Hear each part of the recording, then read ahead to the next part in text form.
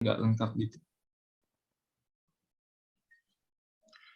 Coba kalau kita lihat lagi nih pasal 9 koreksinya apa. Kalau cuman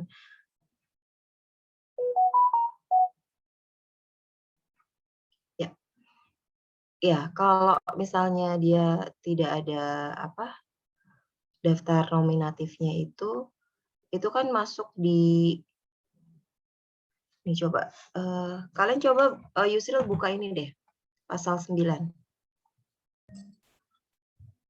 Undang-Undang PPH kalian buka deh coba. Kalau biaya promosi adanya di pasal 6, Bu. Yang Ada nggak di koreksi fiskal sekarang aku tanya? di pasal 6 ada, Bu. Pasal 6 biaya promosi. Coba dibaca bunyinya gimana.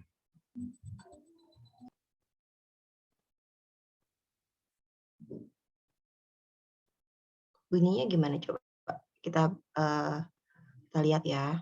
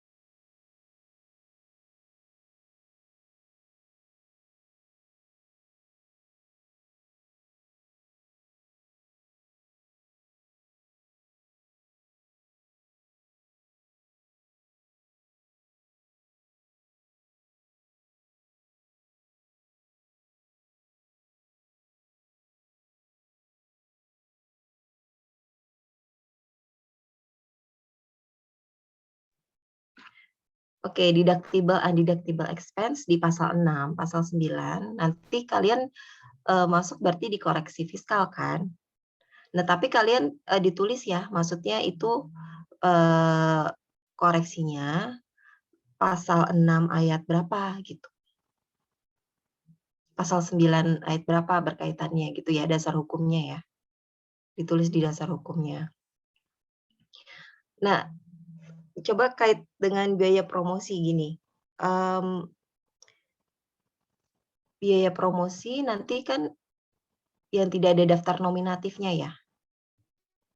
Nanti masuknya di koreksi fiskal. Berarti kan kalian mendasarkan dasar koreksinya itu berdasarkan pasal 6, pasal 9 kan, deductible undeductible expense gitu. Jadi masuknya masuk di koreksi fiskal.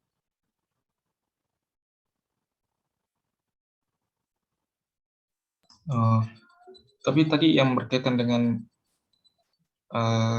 misal tadi ada transaksi di pembelian gitu yang jumlahnya melebihi kewajaran, itu kan pasal 9 ya, Bu. Berarti itu masuknya ke penyesuaian fiskal positif, Bu, atau bagaimana? Karena kalau nggak salah diatur di pasal 9, Bu, yang jumlah melebihi kewajaran itu kepada pihak yang memiliki hubungan istimewa.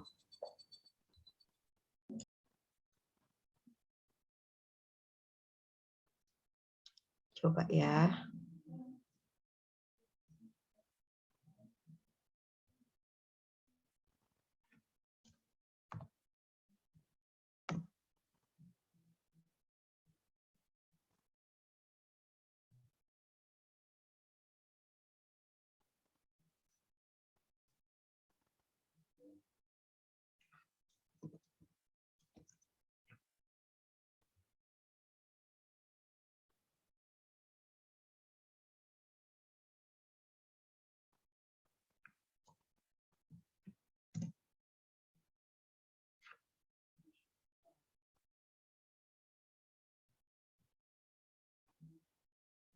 Ini saya lagi coba nampilin ya sebentar ya.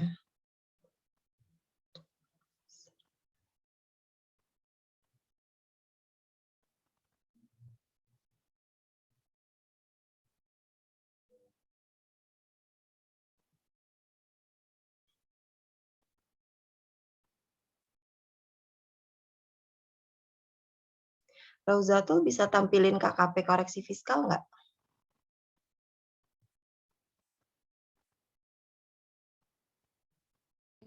Sebentar Bu, saya coba buka. Aku coba tampil ini nggak?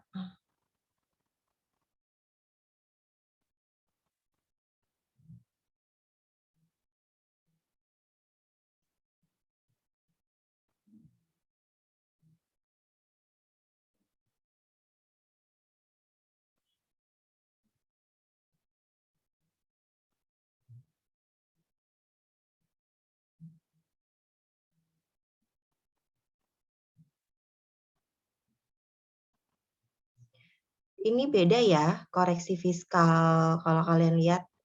Jadi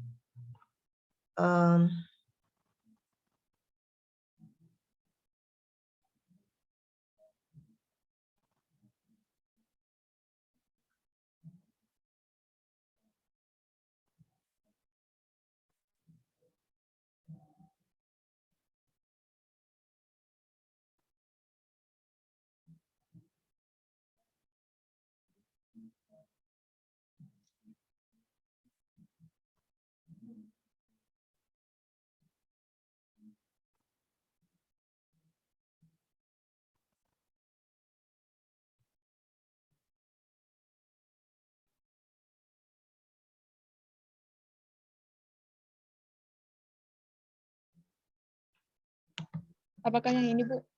Atau yang mana?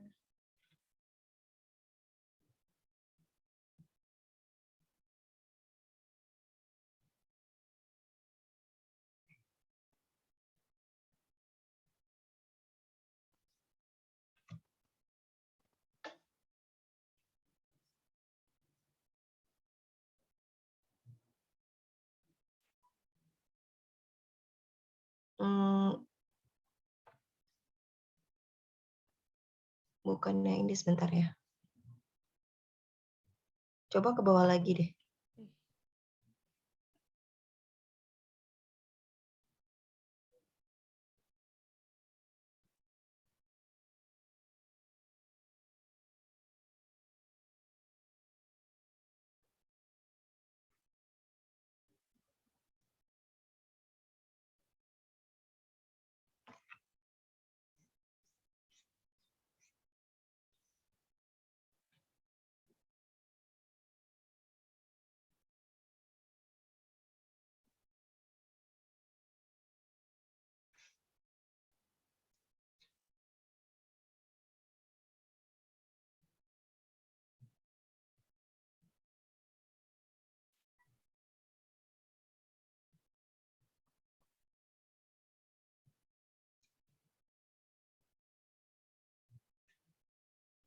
Bentar ya.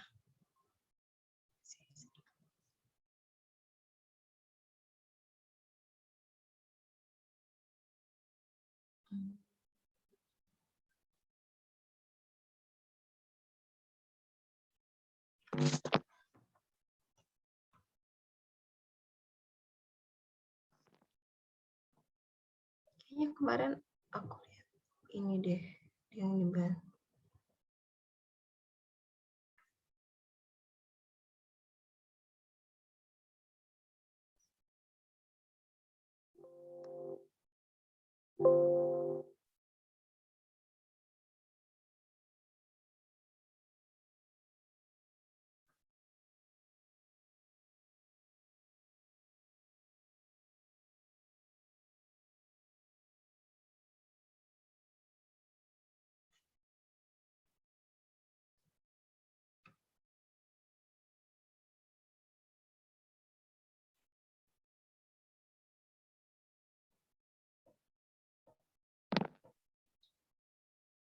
Ada di halaman. Apakah ini Bu yang penyesuaian fiskal positif ini atau yang mana? Oh, Ya coba di zoom deh.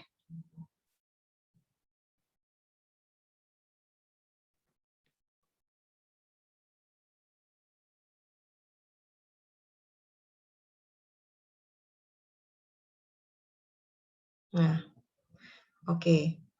Ya, di kebawahin lagi coba di zoom. Nah, oke. fokus di ininya, di kolom uraiannya itu, di zoom.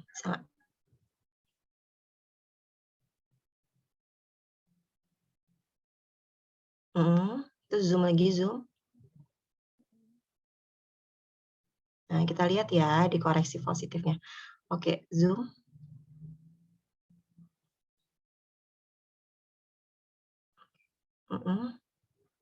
Zoom lagi. Terus agak naik ke atas. Kita lihat satu-satu ya. Nah, oke. Nah, di sini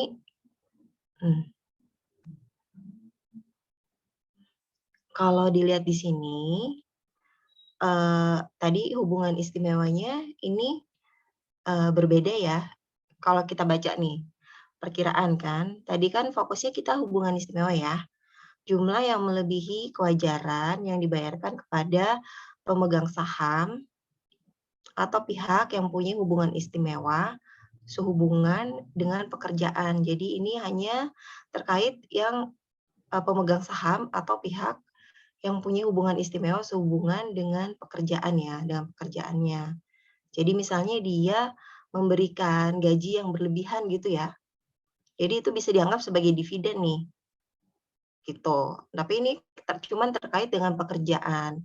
Ini yang di luar itu, kalau yang terkait, jadi untuk hubungan istimewa yang benar-benar sehubungan dengan pekerjaan yang terkait ini, yang pembayaran melebihi gaji yang kewajaran ini terkait ini loh. Misalnya ada pemberi kerja memberikan gajinya berlebihan gitu ya, di luar kewajaran, di atas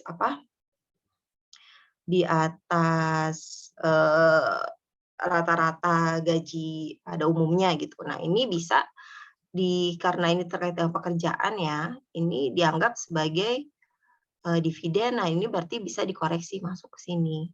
Tapi di luar itu kan ada juga koreksi-koreksi yang terkait dengan hubungan istimewa ya, misalnya pembelian, penjualan. Nah, itu berarti masuk langsung dikoreksi di pos pembelian atau pos penjualan atau pos royalti, pos biaya-biayanya, itu langsung masuk situ. Jadi ini kalian harus benar-benar bisa membedakan antara mana, jadi fokus di sini aja nih, kan koreksi fiskal kan tertentu nih, cuman di sini. Ya udah, di luar itu berarti masuk ke pos-pos masing-masing, koreksi biaya, koreksi penjualan, bisa pembelian juga. Royalti, biaya manajemen biasanya ya, yang terkait hubungan istimewa. Itu ya, beda hubungan istimewanya. Sudah cukup jelas nggak? Masih ada yang bingung dikit? Berarti kalau misal dia berkaitan sama pasal 6 atau pasal 9, berarti dia masuknya ke B7-nya, Bu? Ke penyusunan fiskal. Masuk ke koreksi fiskal ini. Jadi nanti kalian koreksinya di sini gitu ya. Jadi masuk koreksinya di KKP koreksi fiskal. Terus nanti kalau kalian mau nambahin lagi, misalnya perincian tadi hubungan istimewanya tuh perhitungannya seperti apa, kalian bikin lagi KKP turunannya ini. Gitu. Tapi maksudnya cuma KKP yang hubungan istimewa ini aja, yang lainnya kan nggak usah ya, karena misalnya yang lain nggak ada koreksi atau apa, ya nggak perlu gitu. Gimana? Udah cukup jelas atau masih ada bingung-bingung? Sudah, Bu. Sudah jelas, Bu. Terima kasih, Bu. Oke. Jadi misalnya di soal nanti pemeriksa menemukan koreksi harga biaya manajemen gitu ya, yang ternyata setelah dicek itu ada hubungan istimewa dan ternyata biayanya tidak terdapat bukti-bukti bahwa biaya manajemen tersebut terlaksana gitu ya. Ya kalian koreksinya di bagian biaya manajemen tuh. Bukan koreksi di sini di hubungan istimewa, walaupun terkait misalnya dengan hubungan istimewa ya. Jadi bukan berarti semua hubungan istimewa ini masuk di koreksi fiskal ini, tapi hubungan istimewa yang sehubungan dengan pekerjaan tadi ya, misalnya ada pemberi kerja memberikan gaji yang berlebihan kepada pemegang saham ataupun yang direkturnya atau manajernya ternyata ada hubungan istimewa. Nah ini bisa kalian koreksi berdasarkan di koreksi fiskal ini, gitu ya. Ada lagi? Bu, izin bertanya. Ya. Kalau Kartika nomor 20 ya. Iya, Bu, benar. Oke. Kalau misal kan ada KKP penghasilan itu luar negeri. Nah, itu misal perusahaannya itu nggak punya penghasilan itu luar negeri. KKP-nya itu tetap dibikin, tapi nanti dikosongin atau nggak usah dibikin ya, Bu? Yang untuk itu. Oh, di penghasilan neto luar negeri. Iya. Gini, kalian fokus ke soal aja sih. Maksudnya gini, sesuai aja KKP-nya kalian bikin sesuai keperluan. Maksudnya nggak perlu semuanya kalian bikin. Jadi kalau emang nggak ada. Kalau kosong nggak ada, ya nggak usah dibikin. Iya, Bu. Jadi benar-benar kalian fokus ke yang ada koreksinya aja ya, biar hemat waktu juga untuk kalian. Jadi kalau yang nggak ada koreksinya atau nol nggak perlu dibikin. Kecuali ini KKP yang di KKP induknya ya. Maksudnya kalau KKP induk kan kalian harus tetap bikin ya.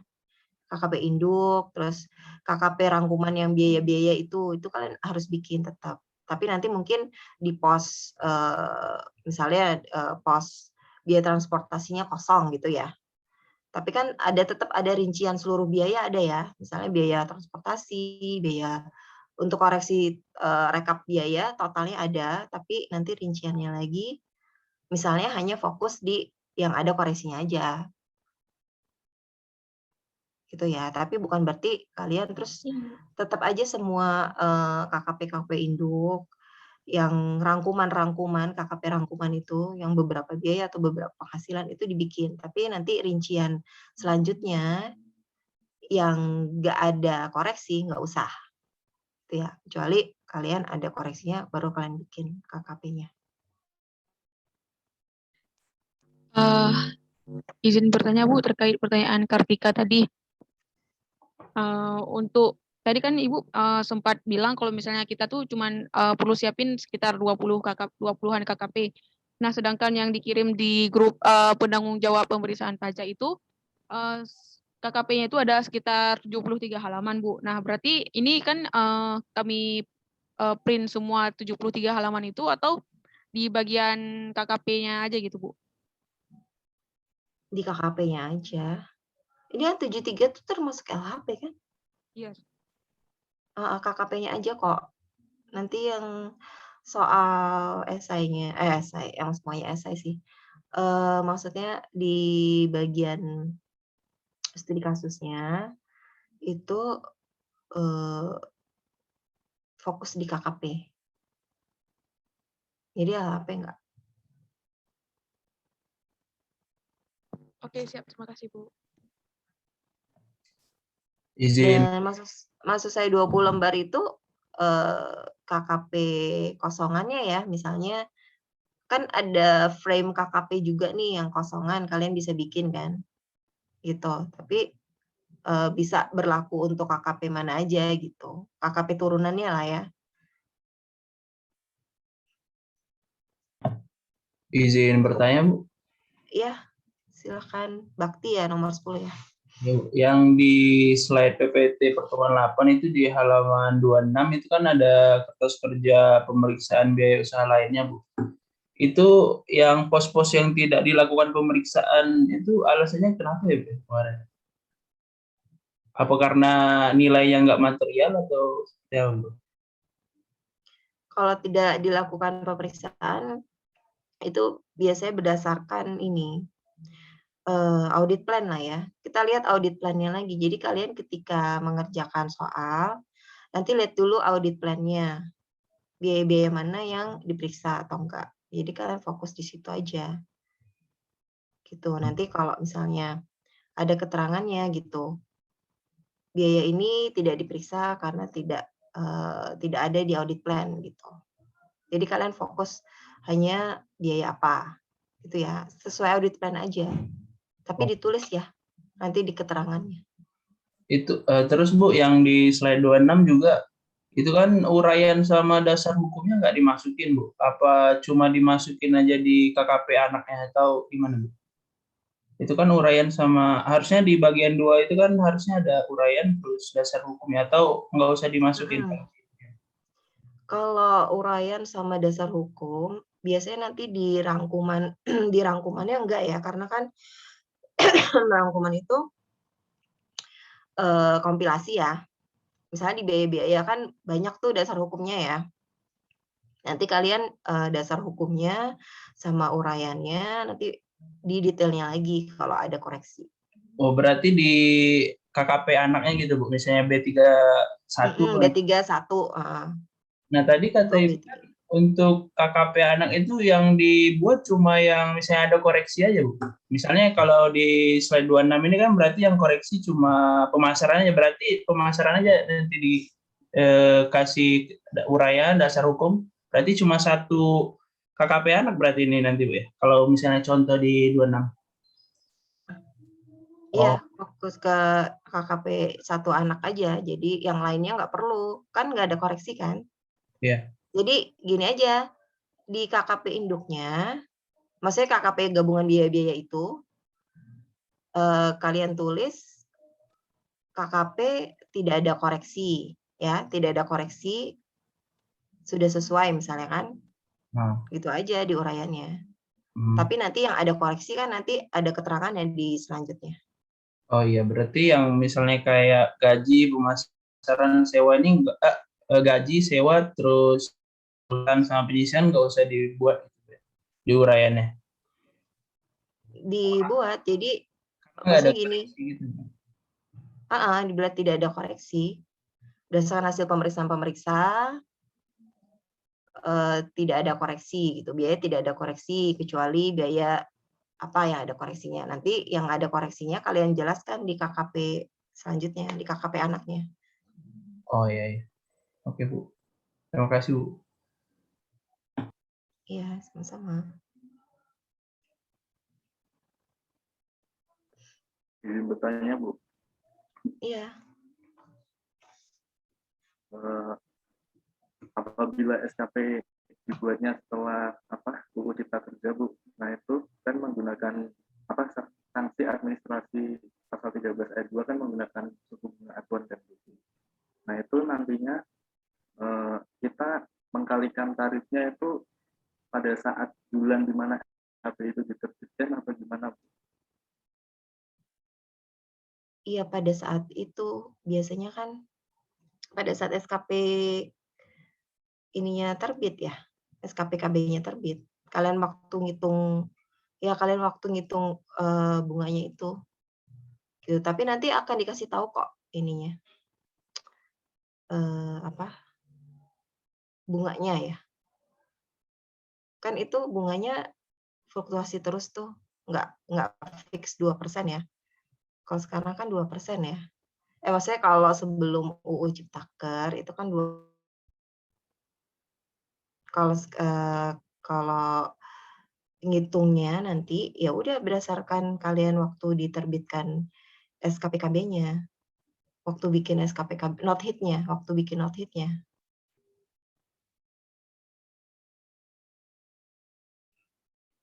Baik Bu, terima kasih.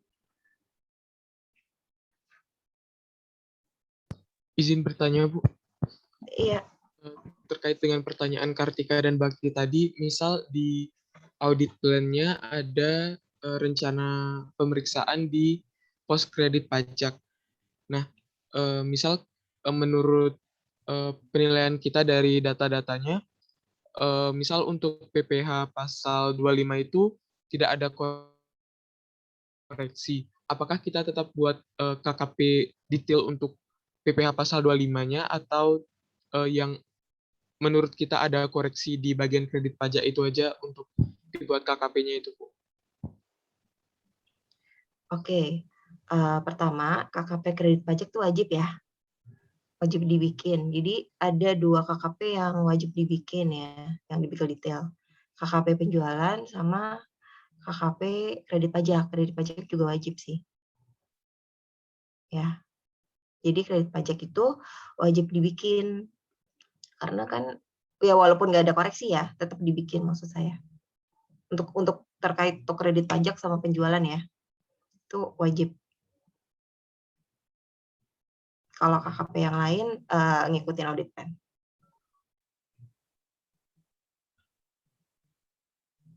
Oh, oke Bu. Terima kasih Bu. Oke.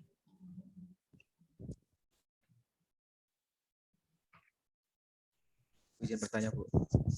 Iya, silakan. Untuk yang di kasus KKP itu untuk penilaiannya apakah sama antara pengisian di formal sama yang di isiannya Bu? Untuk yang materialnya. Gimana? Sorry, suaranya putus-putus. Isian kayak misal identitas dan lain-lain itu penilaian di itu Bu, di kasusnya yang KKP nanti itu kalau Ibu nilainya gimana Bu? Apakah yang pengisian formal itu kira-kira porsi bobotnya itu sama kayak yang ngitung-ngitung gitu atau ada penilaian berbeda gitu Bu? Untuk penilaian kasusnya.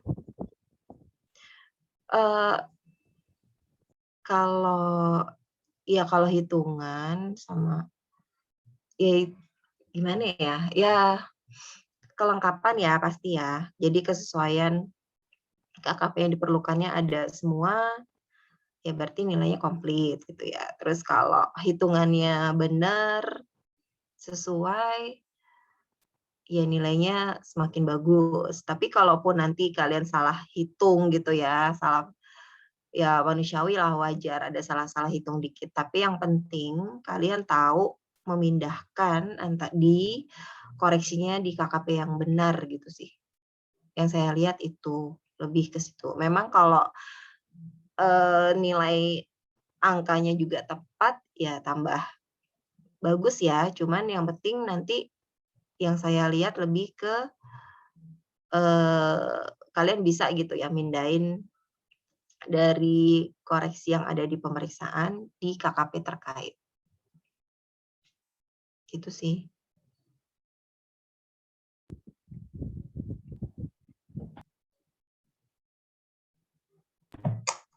Nggak usah khawatir soal nilai lah, yang penting kalian kerjain maksimal aja.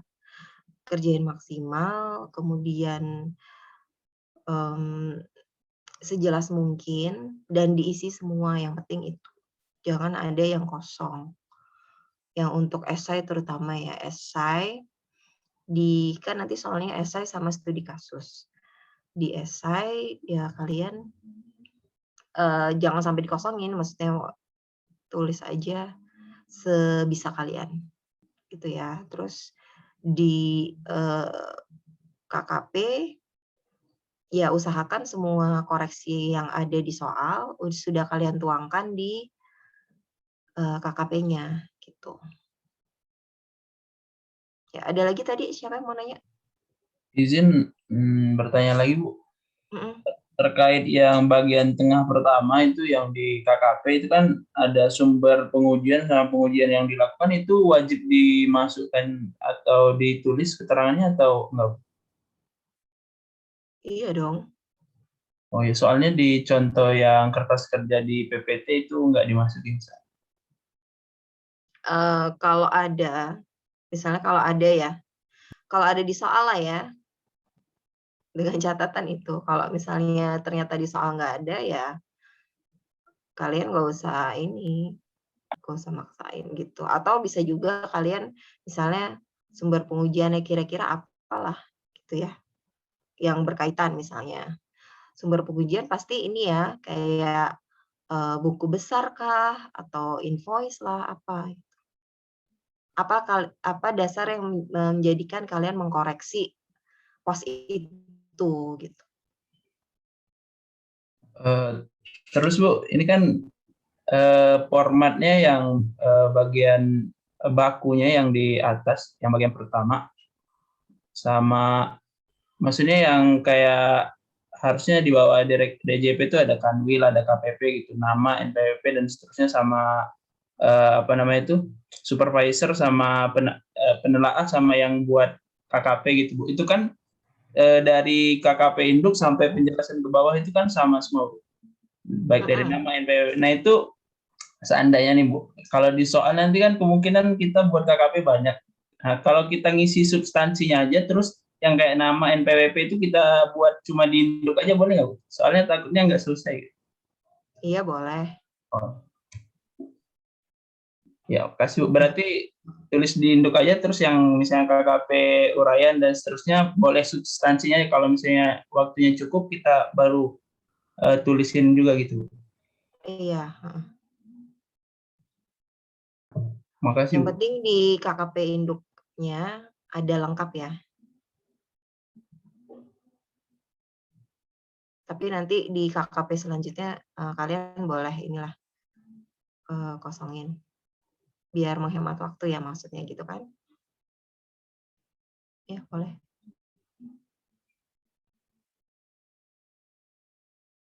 Ada lagi? Izin bertanya, Bu. Ya. Ini lanjutan dari pertanyaannya ya saya tadi yang terkait Undang-Undang Cipta Kerja. Jadi kalau misalnya pemeriksaan itu dilakukan dalam rentang waktu ini disahkannya UU CK itu, Bu. Terus misalnya ini kan ada perbedaan misalnya kayak yang di dividen. Menurut UU CK kan ada syaratnya kalau dividen itu ya yang kena pajak dan yang tidak kena pajak. Terus kalau misalnya KKP dividen sudah dibuat sebelum pengesahan UU CK, terus ternyata di UU CK-nya berubah aturannya, ini harus dibuat KKP perubahan atau bisa atau pakai KKP yang lama saja ya? KKP yang lama aja lah. Tapi nggak segitunya kok nanti soalnya. Itu paling nanti saya juga nggak tahu nih UU CK tetap dipakai atau enggak. Katanya sih kemarin sempat ada, maksudnya kita tetap pakai yang lama gitu ya. Tapi nanti coba lihat, paling nanti perbedaannya hanya di penghitungan bunganya aja sih.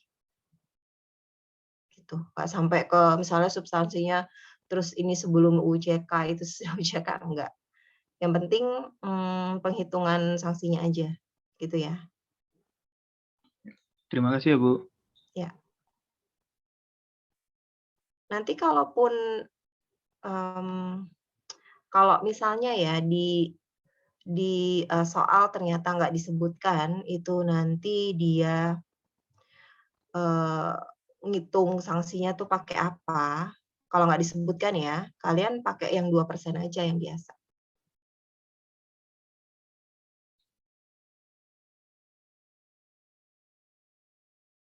Gitu. Oke, ada lagi yang mau nanya?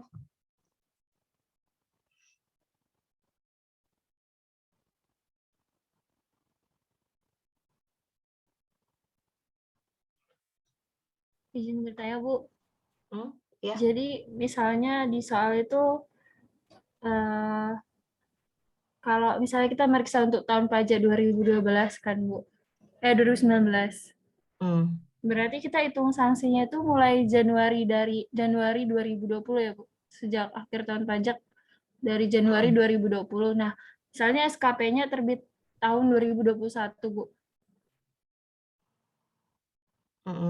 Berarti hitung sanksi bunganya itu kita pakai 2% dari Januari 2020 sampai terbit Undang-Undang Cipta Kerja November 2020, ditambah sanksi pakai Undang-Undang Cipta Kerja dari November sampai 2021 ya, Bu? Iya, kalau di ini ya, maksudnya di soal dikasih suku bunganya berapa gitu ya. Dikasih keterangannya misalnya bulan ini suku bunganya sekian gitu ya. Tapi kalau misalnya enggak, udah anggap aja 2% semuanya. Oke. Baik, Bu. Terima kasih, Bu. Ya.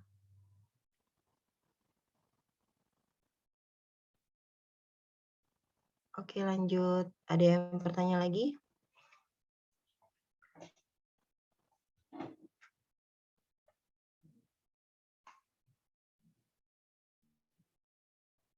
Oke, saya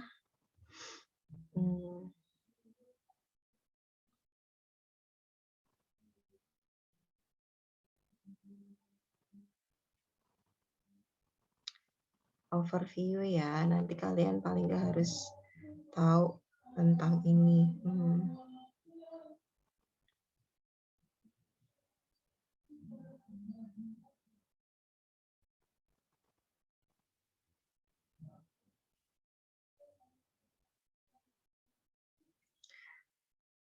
Oke. Ada yang ini pengertian KKP? Izin jawab, Bu. Ya. KKP atau kertas kerja pemeriksaan merupakan catatan rinci dan jelas yang dibuat oleh pemeriksa pajak mengenai prosedur pemeriksaan yang ditempuh, data, keterangan, dan atau bukti yang dikumpulkan, tujuan yang dilakukan, dan kesimpulan yang diambil tujuan dan pelaksanaan pemeriksaan. Oke. Nomor 14 ya, Dieva. Selanjutnya, kalian jelaskan tentang fungsi KKP. Fungsi KKP apa aja? Izin menjawab, Bu. Anissa dulu deh, Roza tuh kan udah tadi ya. Ya, Anissa.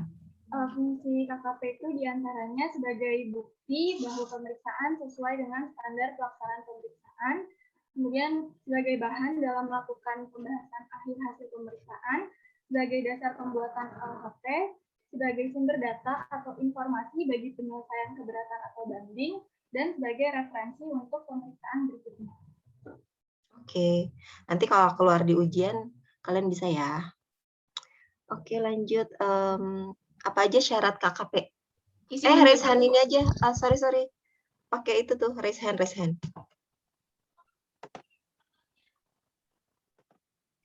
Tunggu ya, saya ulang ya. Wait.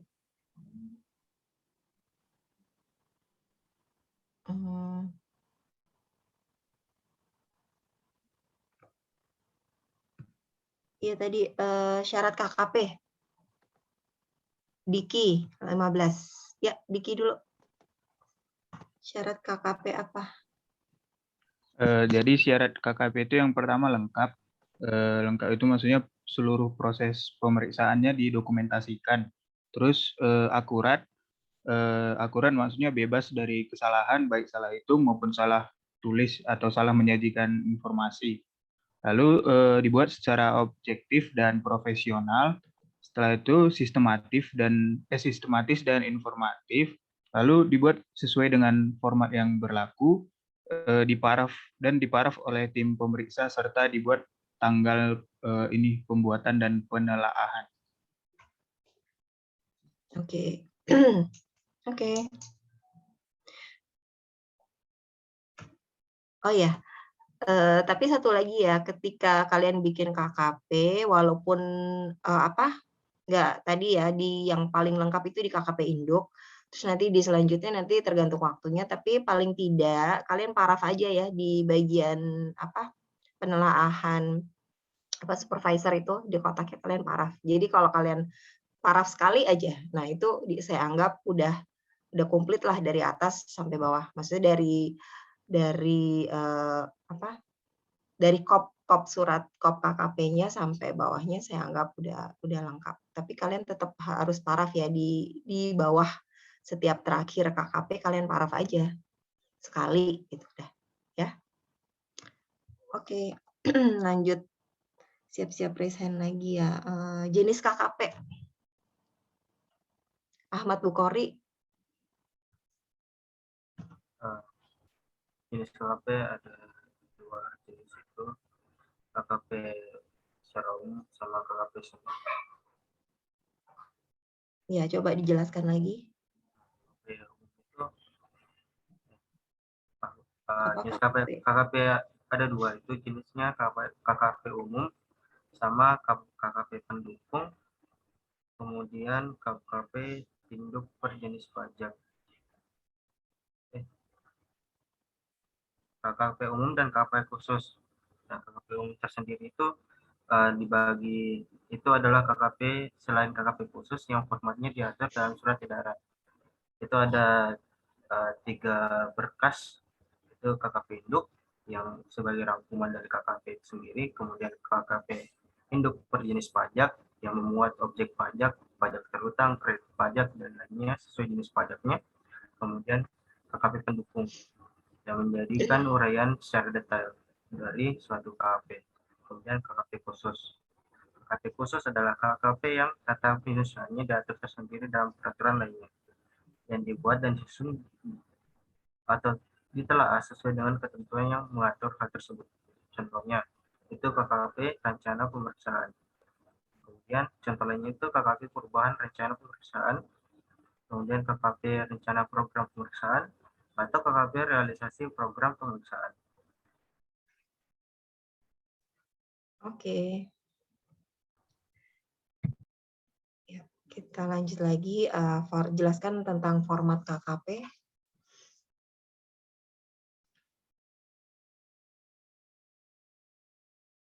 Ada yang bisa menjelaskan tentang format KKP?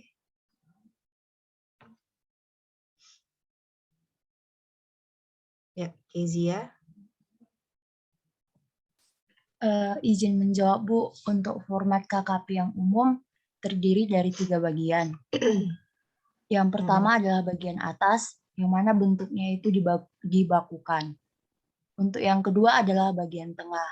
Bagian tengah ini dibagi menjadi 2, yaitu bagian pertama dan yang kedua bagian kedua. Namun bagian pertama ini bersifat tidak dibakukan dan disesuaikan dengan kebutuhan pemeriksa. Bagian pertama ini memuat sumber data, bukti yang dikumpulkan, teknik dan prosedur pemeriksaan, serta uraian atau simpulan hasil pemeriksaan. Kemudian bagian bawah atau bagian akhir dari KKP ini bentuknya dibakukan yang isinya mencakup nama dan para pembuat penelaah KKP, tanggal pembuatan dan penelahan KKP, serta kode indeks dari KKP. Oke. Sekian, Bu. Ya, terima kasih. Oh, satu hal lagi, jangan lupa kalian indeks ya. Di KKP-nya itu paling bawah, yang jangan lupa kalian tulis indeksnya. Jadi saya tahu, oh ini KKP ini masuknya di bawahnya ini gitu ya. KKP, pokoknya yang kalian boleh nggak ngisi lengkap kop suratnya, maksudnya kop KKP yang di atas sama yang kalau yang di bawah hanya paraf aja sekali. Cuman kalau indeks jangan lupa ya, indeks jangan lupa ditulis di KKP di paling bagian bawah. Oke, kita lanjut lagi. Ada yang bisa jelasin tentang berkas KKP?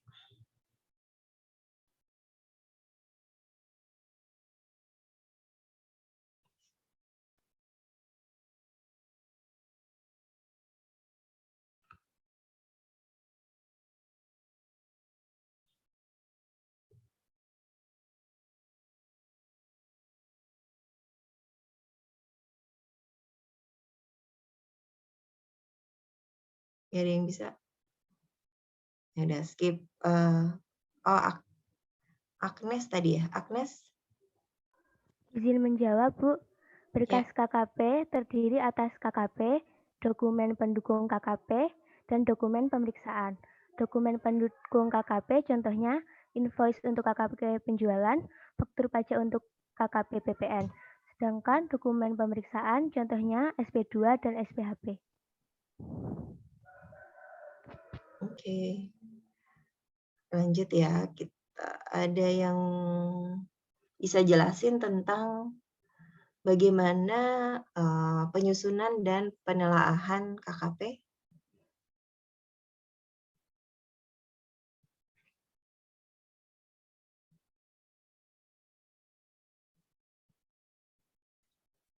Ya, Rauzato. Izin menjawab, Bu, untuk penyusunan dan penelaahan KKP. Adapun penyusunan KKP yang umum dilakukan oleh ketua tim dan atau anggota tim dalam hal terdapat pos-pos turunan yang tidak diperiksa berdasarkan rencana pemeriksaan dan perubahannya. Nah, KKP sendiri harus mengungkapkan bahwa pos-pos turunan tersebut tidak diperiksa, sedangkan penelaahan KKP yang umum dilakukan oleh supervisor. Hal dalam hasil penilaiannya sendiri dituangkan dalam review sheet kertas kerja pemeriksaan. Oke. Lanjut ya. Ini yang belum jawab, harus jawab lah ya, biar dapat extra point buat nambah-nambahin ujian. Ada yang bisa jelasin mengenai pengertian LHP?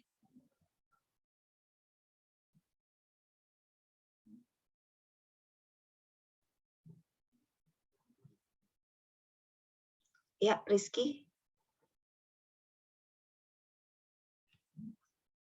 LHP atau laporan hasil pemeriksaan adalah laporan yang berisi tentang pelaksanaan dan hasil pemeriksaan yang disusun oleh pemeriksa pajak secara ringkas dan jelas serta sesuai dengan ruang lingkup dan tujuan pemeriksaan. Oke. Selanjutnya ada yang bisa jelasin tentang fungsi LHP?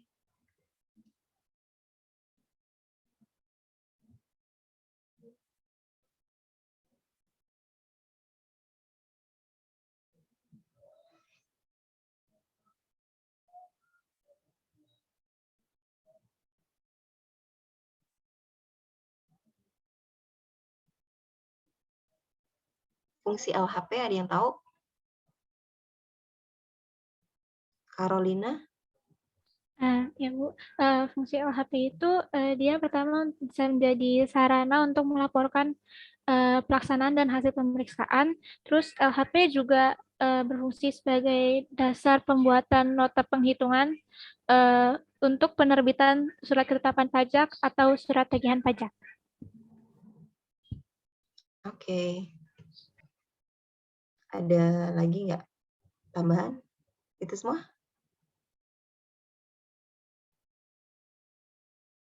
Oke. Untuk format LHP, ada yang bisa jelasin?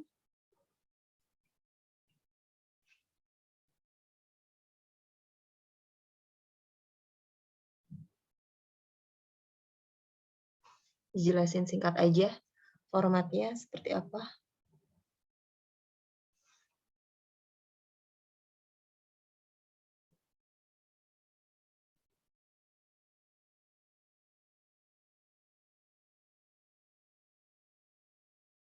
Firsta?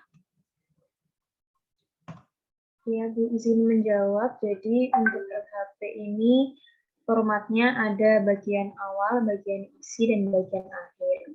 Untuk bagian awalnya ada halaman judul dan daftar isi, kemudian bagian isi ada umum yang meliputi penyataan pemeriksa, penugasan pemeriksaan, identitas wajib pajak, pemenuhan kewajiban perpajakan, data informasi yang tersedia, daftar buku, catatan dan atau dokumen yang dipinjam, daftar lampiran. Yang kedua ada pelaksanaan pemeriksaan, ada kronologis dan materi yang diperiksa, kemudian ada hasil pemeriksaan, data dan informasi yang diproduksi, usulan pemeriksa. Kemudian ada bagian akhir yang meliputi daftar lampiran. Oke. Ya, memang yang harus ada juga yang penting di format LHP itu tentang data yang diproduksi ya. Itu kadang juga pemeriksa suka lupa tuh menambahkan tentang data dan informasi yang diperiksa ketika pemeriksaan. Padahal pemeriksaan ini merupakan salah satu yang sangat penting lah ya, karena kan yang bisa mengakses data wajib pajak itu kan ketika pemeriksaan ya. Even AR pun pasti punya keterbatasan untuk mengakses data wajib pajak. Nah, ketika kita meriksa, kita jangan hanya fokus memeriksa sesuai dengan LHP sesuai dengan tujuan pemeriksaan kita lah ya, tapi kita juga harus memikirkan kira-kira data-data apa saja sih yang kita ketemukan ketika pemeriksaan yang akan bermanfaat, bisa untuk AR-nya, untuk nanti ketika penagihan ya, kalian juga harus memikirkan jangan cuman bisa netapin SKP-nya aja, tapi kalian juga harus juga memikirkan nanti nagihnya gimana ya.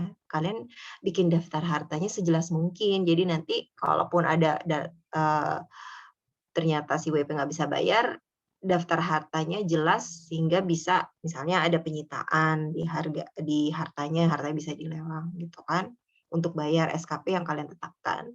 Kemudian daftar penanggung pajaknya juga nanti kalian harus jelas alamatnya gitu, kalau bisa kalian dapatkan itu gitu ya. Jadi ketika SKP-nya terbit, teman-teman di penagihan bisa follow up nih kalau misalnya ternyata WP-nya nggak mau bayar atau nggak bisa bayar gitu kan, tindakan penagihannya bisa di-enforce dengan data-data yang kalian supply. Kalian bisa lengkap alamatnya dari penanggung pajaknya, itu sudah jelas kalian ada data-datanya. Gitu ya. Kemudian kalau misalnya kalian juga menemukan, oh ini ternyata ada nih transaksi-transaksi wajib pajak gitu dengan WP lain ternyata yang terdaftar di KPP lain ataupun terdaftar di KPP kita. Nah, itu bisa juga dijadikan daftar tambahan data yang diproduksi ketika kalian meriksa. Oke, kita lanjut ke bagaimana sih kalian bisa menjelaskan tentang penyusunan dan penelaahan LHP.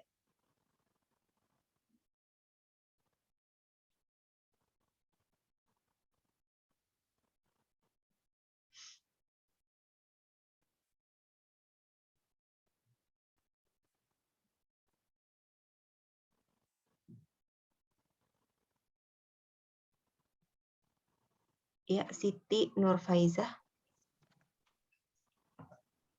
Untuk penyusunan LHP, tim pemeriksa menyusun LHP berdasarkan KKP atau KKP perubahan.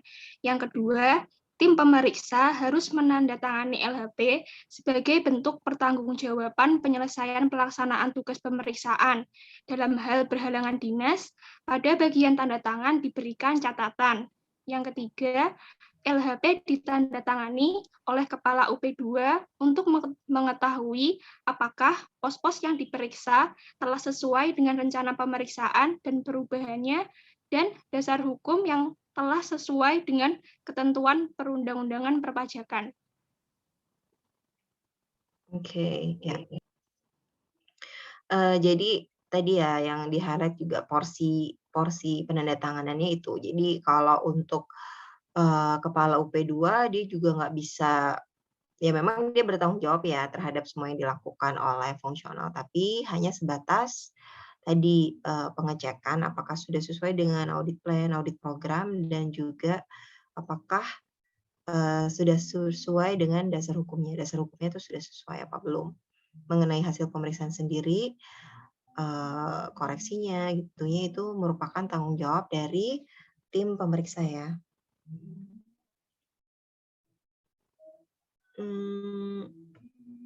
Oke. Ada yang bisa jelaskan tentang prosedur pengembalian buku catatan dokumen wajib pajak?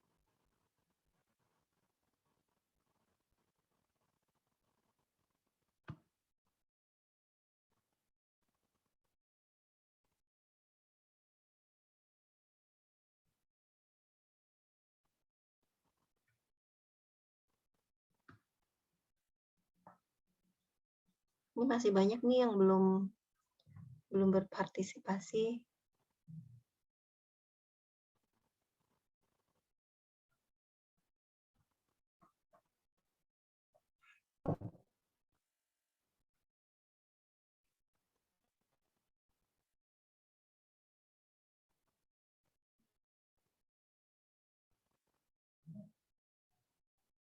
Yang bisa?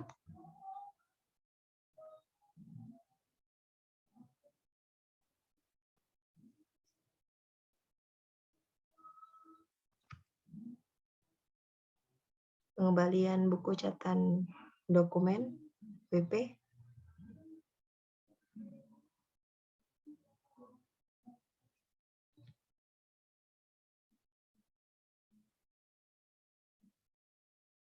Izin menjawab, Bu. pengembalian buku dokumen catatan WP itu dipinjam maksimal 7 hari kerja sejak tanggal LHP, Bu.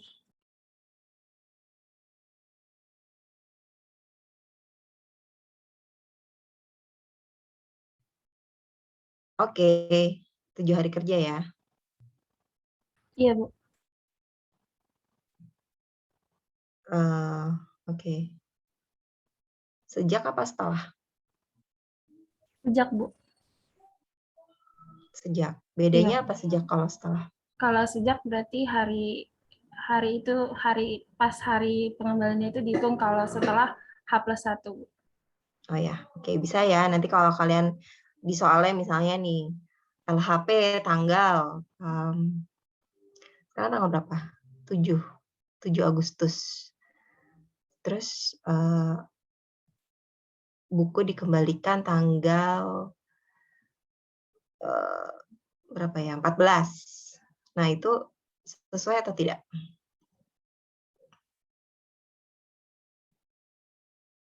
Tadi 7 hari kerja kan? 7 hari apa 7 hari kerja? 7 hari kerja, Bu. 7 hari kerja sejak ya? Iya, Bu. Oke, berarti dihitung, berarti? Sudah lewat, Bu. Karena Sudah lewat ya? Iya, Bu. Karena jatuh temponya sampai tanggal 13 Agustus. Oke. Kita lanjut ya.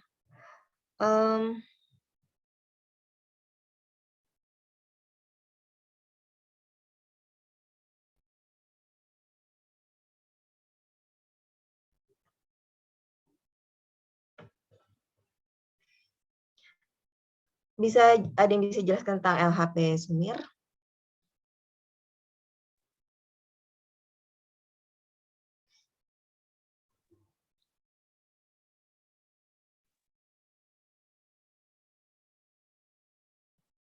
Iren yang udah raise hand? Baik, Bu. Jadi penyelesaian pemeriksaan itu dengan membuat LHP Sumir itu dilakukan dalam hal yang pertama, wajib pajak, wakil, kuasa, pegawai, atau anggota keluarga yang telah dewasa dari wajib pajak yang diperiksa. Dalam pemeriksaan lapangannya tidak ditemukan dalam jangka waktu 6 bulan sejak tanggal surat pemberitahuan pemeriksaan lapangan diterbitkan, atau jika dilakukan pemeriksaan kantor itu tidak memenuhi panggilan pemeriksaan dalam jangka waktu 4 bulan sejak tanggal surat panggilan dalam rangka pemeriksaan kantor diterbitkan. Kemudian yang kedua, dalam pemeriksaan lapangan atau pemeriksaan kantor yang ditangguhkan karena ditindaklanjuti dengan pemeriksaan bukti permulaan secara terbuka, dan pemeriksaan bukti permulaan secara terbuka tersebut tidak dilanjutkan dengan penyidikan, tidak dilanjutkan dengan penyidikan tetapi diselesaikan dengan menerbitkan SKP KB, atau dilanjutkan dengan penyidikan tetapi penyidikannya dihentikan karena tidak dilakukan penuntutan. Kemudian yang ketiga itu dalam hal pemeriksaan lapangan atau pemeriksaan kantor yang ditangguhkan karena ditindaklanjuti dengan penyidikan sebagai tidak lanjut pemeriksaan bukti permulaan secara tertutup. Dan penyidikan tersebut dihentikan karena tidak memenuhi ketentuan pasal 44B UU KUP, dilanjutkan dengan penuntutan serta telah terdapat putusan pengadilan yang bersifat yang telah terbukti secara sah. Terus yang keempat itu dalam hal pemeriksaan ulang tidak mengakibatkan adanya tambahan atas jumlah pajak yang telah ditetapkan dalam SKP sebelumnya, dan yang kelima itu terdapat keadaan tertentu berdasarkan pertimbangan Direktur Jenderal Pajak.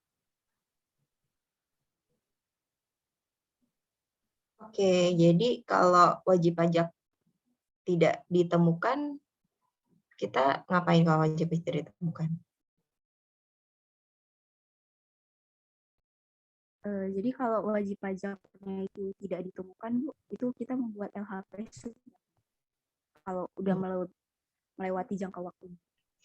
Iya, udah LHP Sumir ya. Tentu saja kalau wajib pajak tidak ditemukan ini, kita harus bukti-buktinya kuat ya. Jadi kayak surat keterangan dari pemerintahan setempat gitu ya. Kalau memang di situ tidak ada si WP-nya itu sudah pindah atau sudah kemana dan itu tidak bisa ditemukan. Dan LHP Sumir ini bukan berarti proses pemeriksaannya dihentikan ya, yang perlu kalian ingat. Bukan berarti itu dihentikan, tapi nanti sewaktu-waktu bisa lanjut lagi kalau si WP-nya ditemukan kembali. Oke.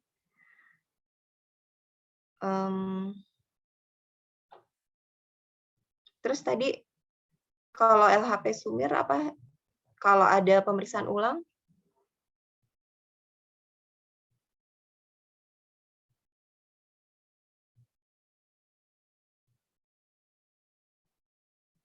Pemeriksaan ulangnya itu Bu, tidak mengakibatkan adanya tambahan atas jumlah pajak yang telah ditetapkan dalam SKP sebelumnya. Kalau pemeriksaan ulang ada tambahan ini bisa ya.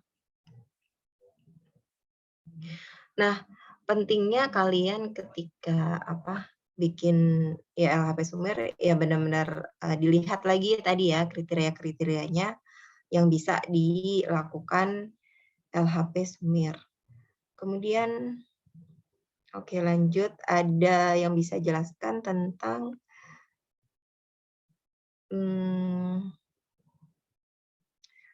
apa saja sih jenis-jenis tindak pidana perpajakan?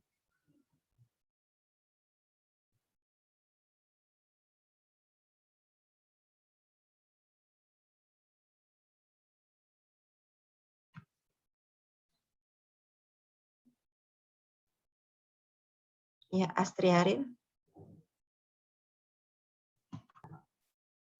Indikasi tindak pidana itu ada melanggar ketentuan perpajakan, terdapat unsur kesengajaan, dan menimbulkan kerugian pada pendapatan negara.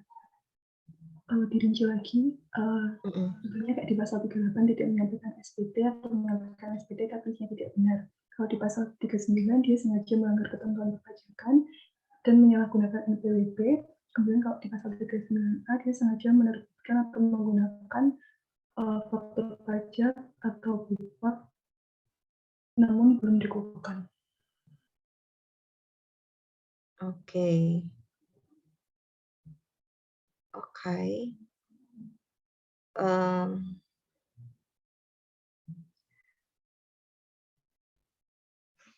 Selanjutnya ada yang bisa jelaskan tentang penangguhan pemeriksaan?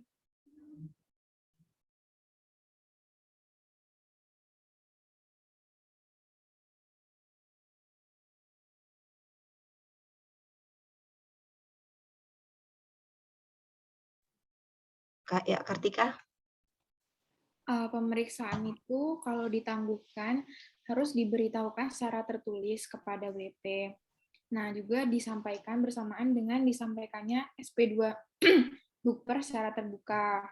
Nah, terus buku, catatan, dokumen yang terkait dengan pemeriksaan diserahkan ke pemeriksa bukti permulaan. Setelah itu dibuatkan BA serah terima dokumen.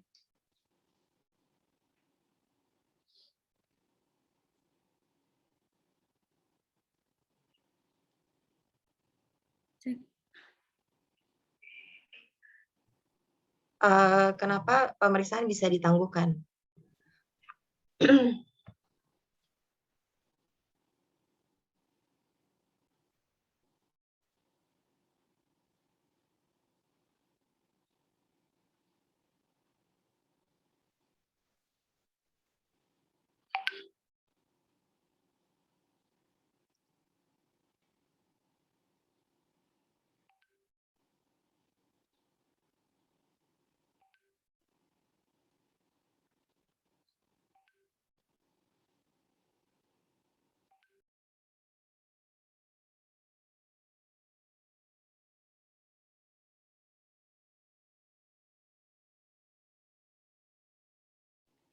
Halo? Apa Bu tadi pertanyaannya? Maaf Bu, tadi terputus sebentar. Iya, kenapa pemeriksaan bisa ditangguhkan? Penangguhan pemeriksaan itu dalam hal WP sedang dilakukan pemeriksaan bukper telah memperoleh tanda terima surat pernyataan tindakan pemeriksaan bukti permulaan untuk masa pajak bagian tahun pajak atau tahun pajak sampai dengan akhir tahun pajak terakhir ditangguhkan.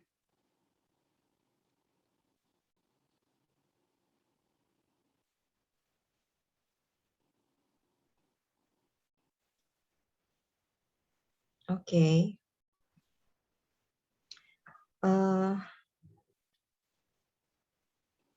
Kita lanjut ke, ada yang bisa jelas tentang pemeriksaan tujuan lain?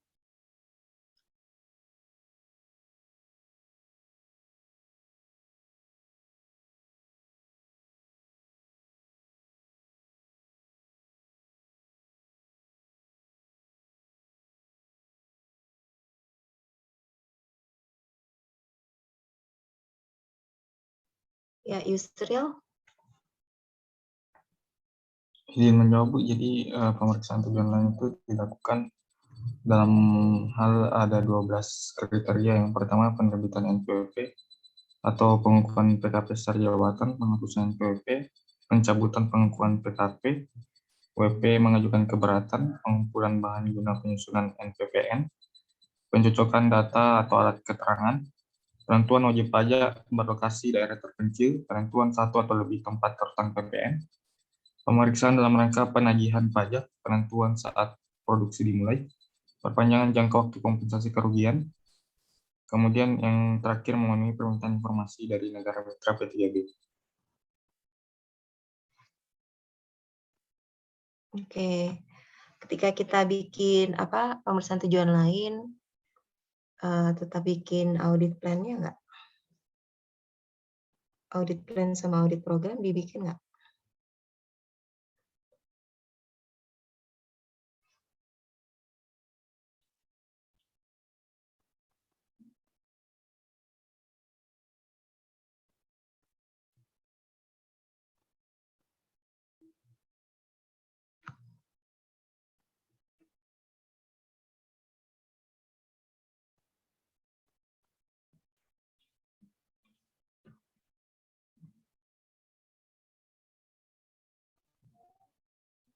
Ada yang bisa jelasin nggak? Misalnya kita melakukan pemeriksaan tujuan lain seperti misalnya penghapusan NPWP. Ada yang bisa jelasin kira-kira dari awal sampai akhir seperti apa prosesnya?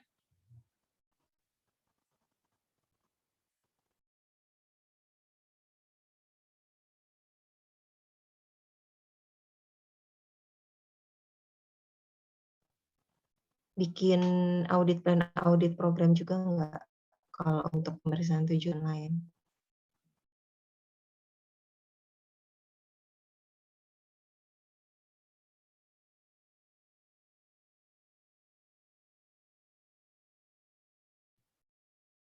Kemudian produk akhirnya adalah apa?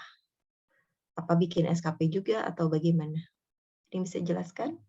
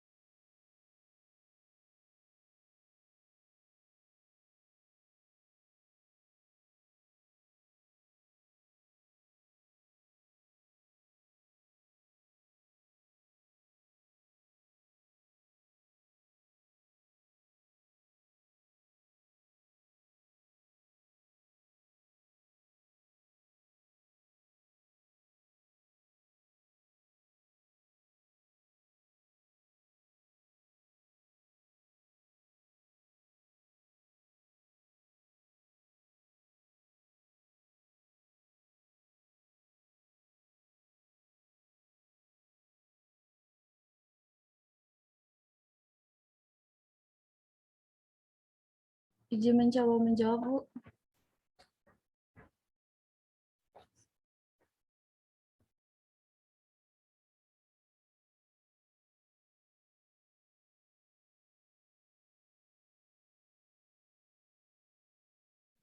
Iya, silakan Rizky. Menurut saya tetap harus dibuat audit plan dan audit programnya, Bu, karena sesuai dengan standar pelaksanaan pemeriksaan bahwa harus membuat audit plan dan audit program.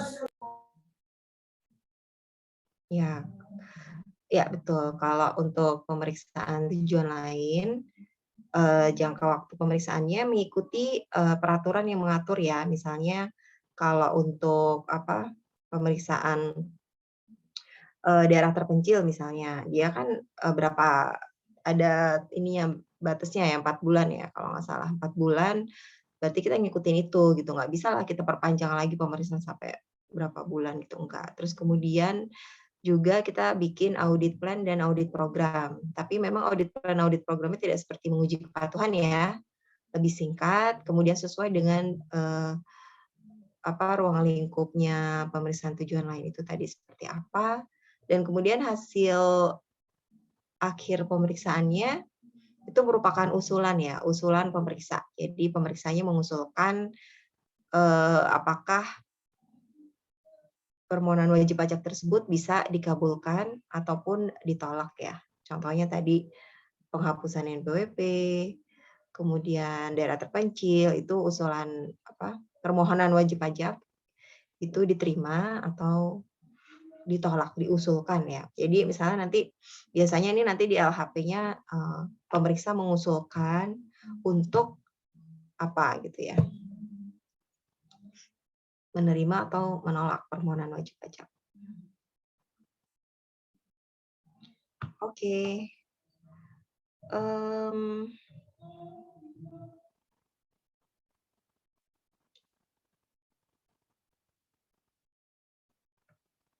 Ya, ada yang bisa jelaskan mengenai sanksi administrasi apa saja sih yang ada ketika kalian memeriksa?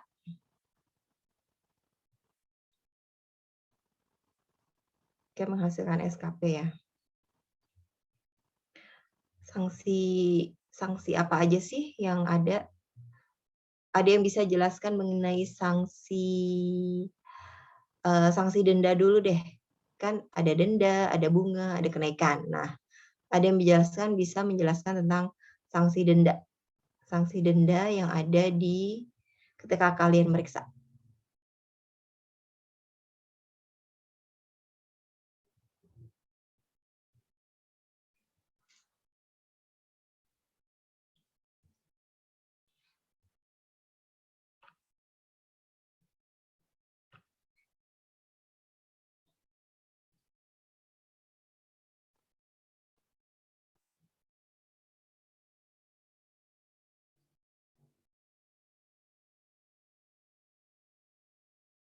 Nah, ketika kalian meriksa, kan kalian harus tahu nih sanksi-sanksi apa aja nih yang ada ya. Tentu setelah kalian menemukan koreksi ya, terus itu kan harus ada sanksinya ya, Atmat Bukhari. Ini sanksi-sanksi yang dapat timbul ketika kita meriksa, yaitu kan munculnya SKP atas hasil pemeriksaan. Pemeriksaan itu muncul beberapa sanksi. Dalam Undang-Undang KUHP sendiri itu diatur dalam pasal 13 ayat 3 mengenai sanksi yang ada untuk surat ketetapan pajak yang kurang bayar. Di sini disebutkan sanksi itu berupa kenaikan sebesar 50% bila dari penghasilan dan 100% kenaikan untuk PPh potong, PPh 21 potong, dan kenaikan 100% untuk PPN. Kemudian sanksi yang kedua itu adalah sanksi bunga, berupa sanksi bunga sebesar Tunggu Ahmad Bukhari, sebelum ke bunga kita fokus ke tadi pertama kan kamu bilang kenaikan ya. Sanksi kenaikan. Coba kita fokus di sanksi kenaikan dulu. Nanti kita bunga sama denda yang lain nanti. Coba kita fokus ke sanksi kenaikan dulu. Selain 13 ayat 3, apalagi nih yang ada sanksi kenaikan? Selain 13 ayat 3. 13 ayat 3 kan ada PPN PNBM yang tidak seharusnya dikompensasikan ya. Itu kan 50% ya dari PPh yang kurang dibayar, tidak atau kurang dibayar. Kemudian yang PPh tidak atau kurang dibayar 50%, 100% kan. Kemudian ada lagi di pasal 15. Nah, ayat 2. Pasal 15 ayat ayat 2 2. mengenai kurang bayar jumlah mengenai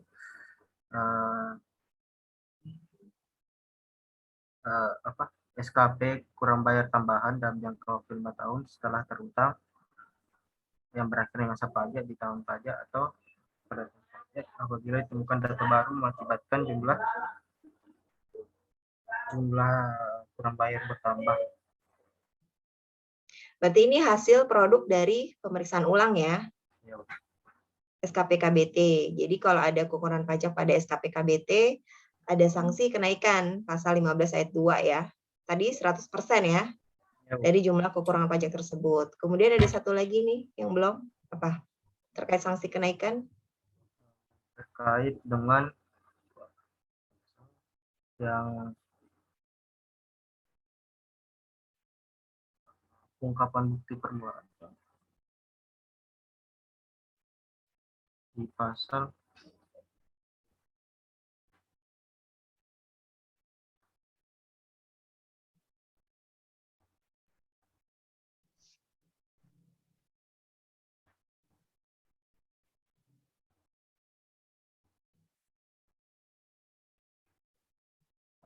di pasal 17C dan 17D Undang-Undang KUP.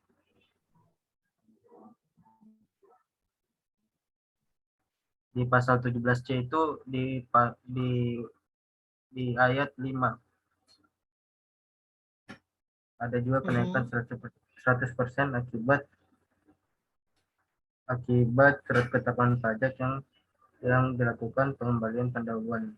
Yang jika misalnya surat ketetapan pajak yang lebih bayar dilakukan pendahuluan namun dilakukan pemeriksaan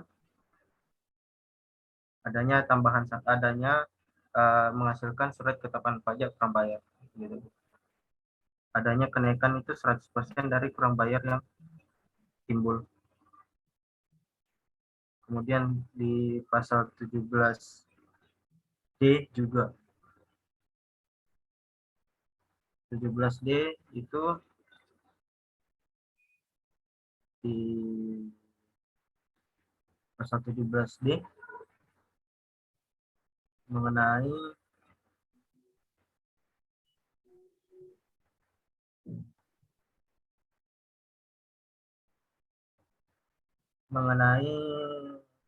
permohonan pengembalian pendahuluan untuk PPN.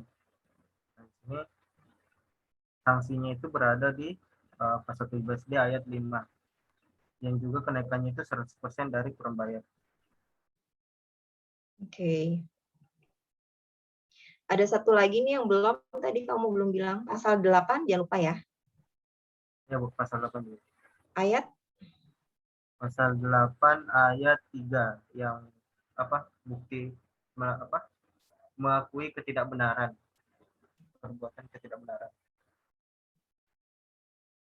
8 ayat 3 apa 8 ayat? Ayat 3, walaupun dilakukan 5, pemeriksaan. beda lah ya. Oh ya, Bu. Yang Ada kenaikan juga, yang pas 8 ayat 3 apa 8 ayat 5? 8 ayat 5, Bu. Iya. Itu berapa persen? 50%, Bu. Oke, tadi ya. Sanksi kenaikan tadi ya. Oke. Jadi sanksi kenaikan itu tadi ya pasal 8 ayat 5, pasal 13 ayat 3, pasal 15 ayat 2, sama yang 17 CD ya, tadi ya.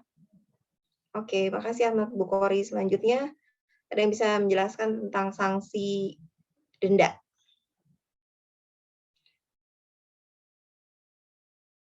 Sanksi administrasi kan ada 3 ya. Sanksi denda, bunga, sama kenaikan. Oh, Kartika. Ya, Kartika. Pasal 7 ayat 1. Pasal 7 ayat 1 itu untuk keterlambatan SPT. Ada masa sama ada tahunan. Sanksinya itu 100-500 per SPT untuk masa, terus yang untuk tahunannya 100 atau 1 juta. Terus yang 100 bedanya apa? 100 sama 500, 100 sama 1 juta. OP sama badan, Bu. Yang OP mana, yang badan mana?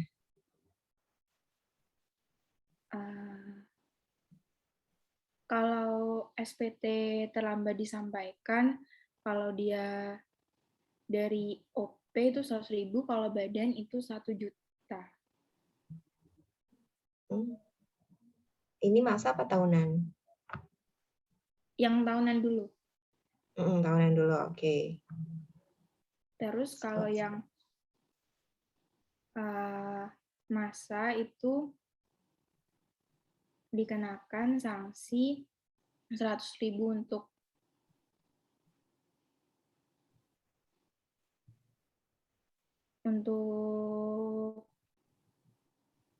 OP, terus yang 500.000 itu untuk badan kalau yang masa. Oke. Terus selain 7 ayat 1 apa lagi yang terkait denda? 8 ayat 3 itu tentang pembetulan sendiri dan BP-nya itu belum disidik. Itu kena denda 150% dari jumlah pajak yang kurang bayar. Oke. Terus ada 14 ayat 4. Dia itu membuat faktur pajak tetapi terlambat atau tidak tepat waktu. Pengusaha yang telah dikukuhkan sebagai PKP-nya tidak mengisi faktur pajak secara lengkap.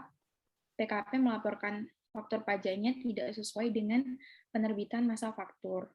Itu semuanya dikenakan 2% dari DPP. Oke. Ya, kalian juga harus tahu ya mengenai sanksi-sanksi ini. Nanti kan ketika kalian bikin note-hit, harus tepatlah sesuai sanksi-sanksinya. Ada sanksi denda, tadi udah dijelasin, sanksi kenaikan. Satu lagi, ya makasih ya. Selanjutnya adalah sanksi bunga. Ya, ada yang bisa jelasin tentang sanksi bunga? Oh ya, Dede. Ya, Bu. Kalau yang sanksi berupa bunga itu ada di pasal 13 ayat 2, terkhusus untuk di pasal 13 ayat 1 huruf A dan E. Yang huruf A, apabila berdasarkan hasil pemeriksaan atau keterangan lain, pajak yang terutang tidak atau kurang dibayar. Dan yang huruf E, apabila kepada wajib pajak diterbitkan NPWP dan atau dikukuhkan sebagai PKP secara jabatan. Selain itu juga ada sanksi berupa bunga di pasal 14 ayat 3, terkhusus di pasal 14 ayat 1 huruf A dan B. Yang A, PPh dalam tahun berjalan tidak atau kurang dibayar, dan yang B, dari hasil penelitian terdapat kekurangan pembayaran pajak sebagai akibat salah tulis dan atau salah hitung. Oke. Biasanya memang kalau bunga yang paling umum 13 ayat 2 ya. Pasal 13 ayat 2 ini juga 13 ayat 5 juga, 9 ya. Itu yang paling umum ya. Oke.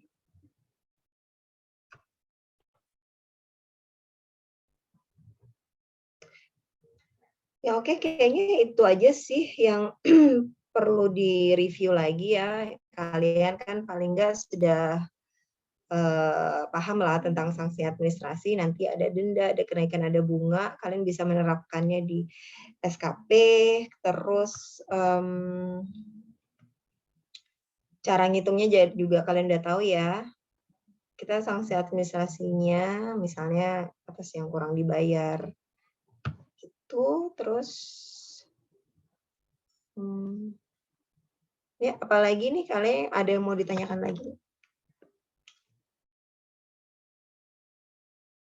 Bu izin bertanya. Ya.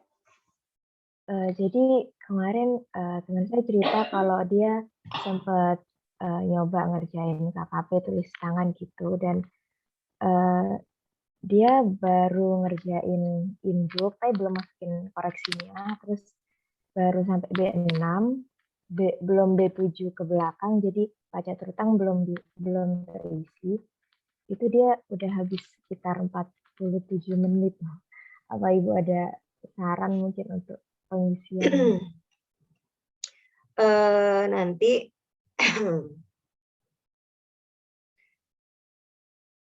kan total waktunya, total waktu ujian tuh kan 150 menit ya, 2,5 jam. Nanti alokasi waktu untuk ngerjain esai itu ada 60 menit, dan sisanya 90 menit itu adalah untuk mengerjakan KKP. Jadi kalian nggak usah khawatir, 90 menit kok waktunya untuk ngerjain KKP. Ya, tadi kan baru 47 menit kan, masih sisa 43 menit dong, bisa lah ya sisanya. Jadi kalian nggak usah khawatir lah ya, jadi 90 menit waktu kalian untuk mengerjakan KKP.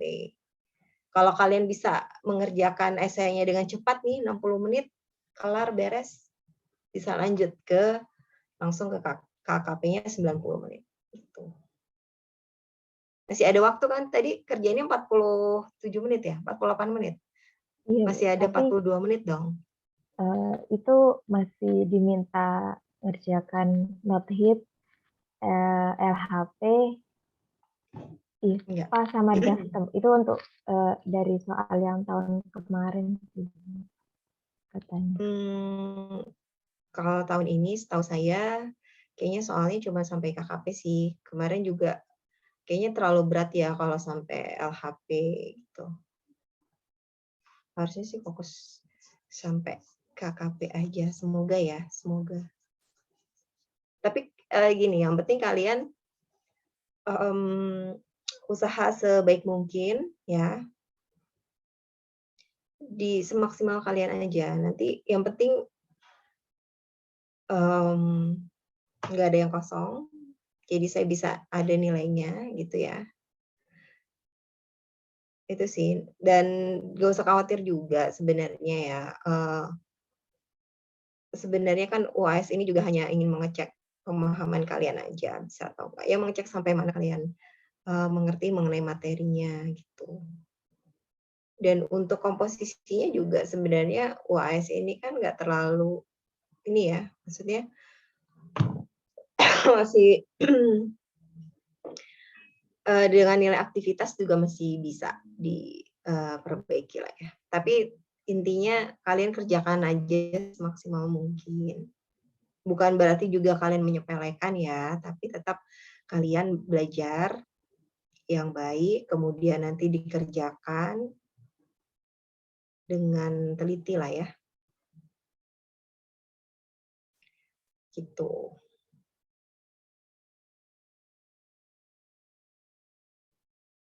Ya, intinya kemudian tulisan jangan lupa harus bisa dibaca ya. Soalnya nanti kalau saya nggak bisa baca, saya nggak bisa nilai gitu aja sih.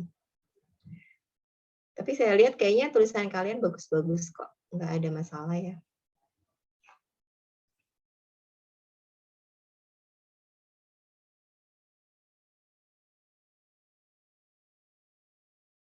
Baik, terima kasih Bu. Ya. Ada lagi yang mau ditanyakan?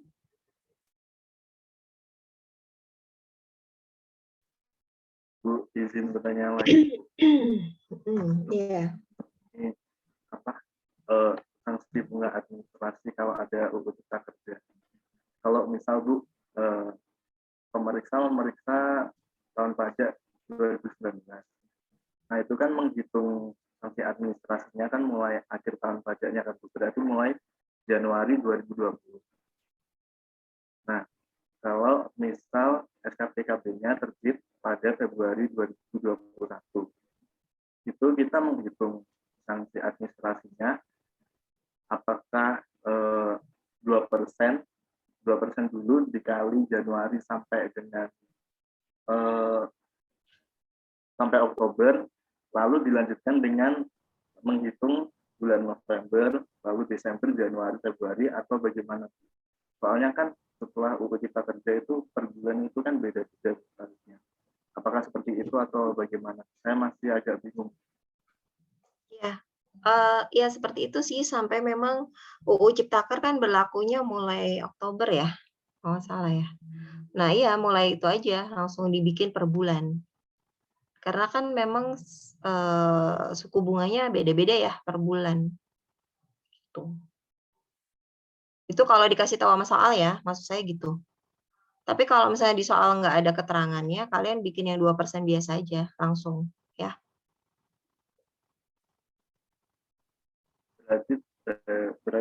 Berarti benar seperti itu ya Bu. Apa sebelum UU Cipta Kerja dihitung dulu 2% berapa bulan, lalu setelah UU Cipta Kerja dihitung manual per bulannya berapa tarifnya. Iya, betul. Baik Bu, terima kasih. Oke.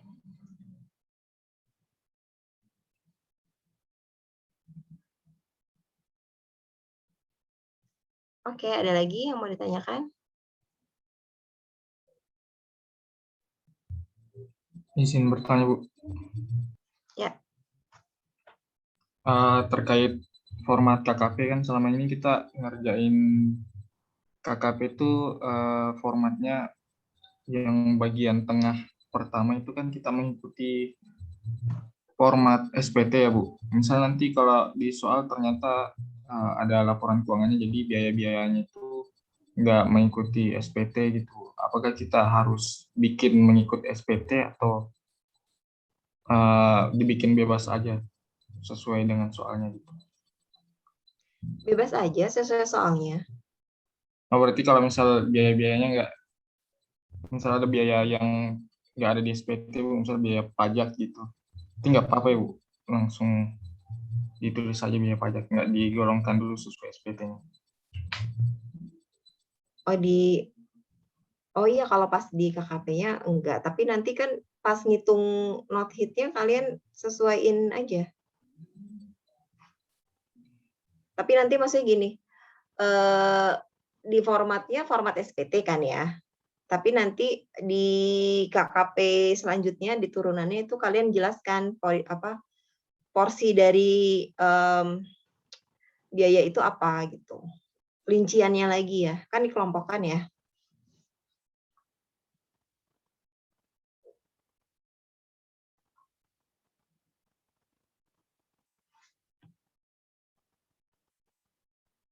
Halo?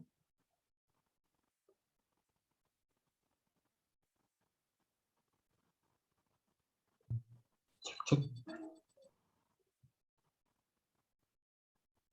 Ya ada lagi?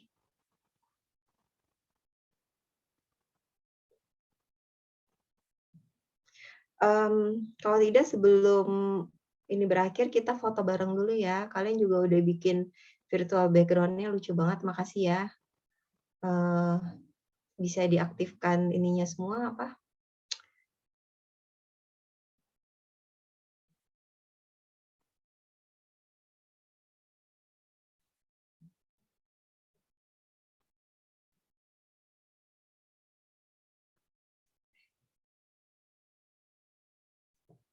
Oke, wah Astra Iren keren banget nih pakai kacamata hitam.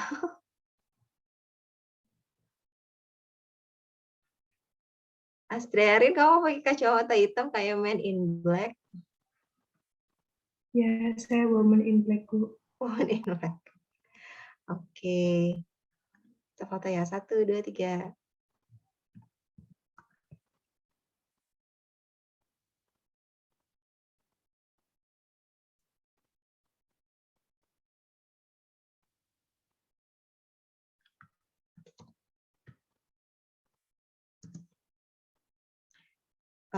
Saya lagi ya. Oh ya, sarangnya gitu ya.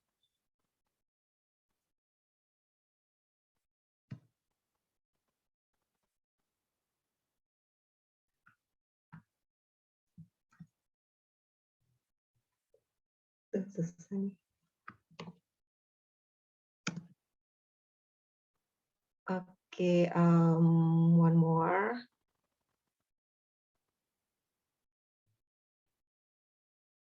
sekarang ini gitu ya.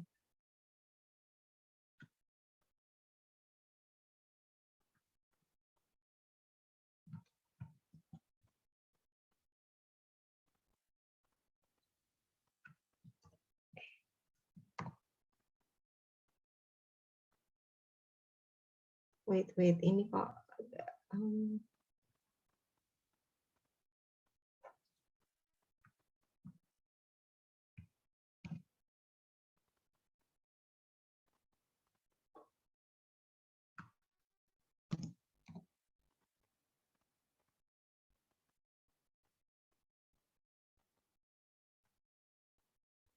Oke, terima kasih semuanya ya. Terima kasih atas partisipasi kalian selama ini. Kalian baik-baik semua. Semoga nanti nilai ujiannya juga baik-baik semua ya, insya Allah. Amin. Yang penting kalian belajar maksimal, kerjain secara maksimal, dan serahkan hasilnya sama Allah ya. Jangan lupa berdoa sama minta doa restu orang tua, karena doa orang tua tuh sangat menentukan lah ya untuk kalian.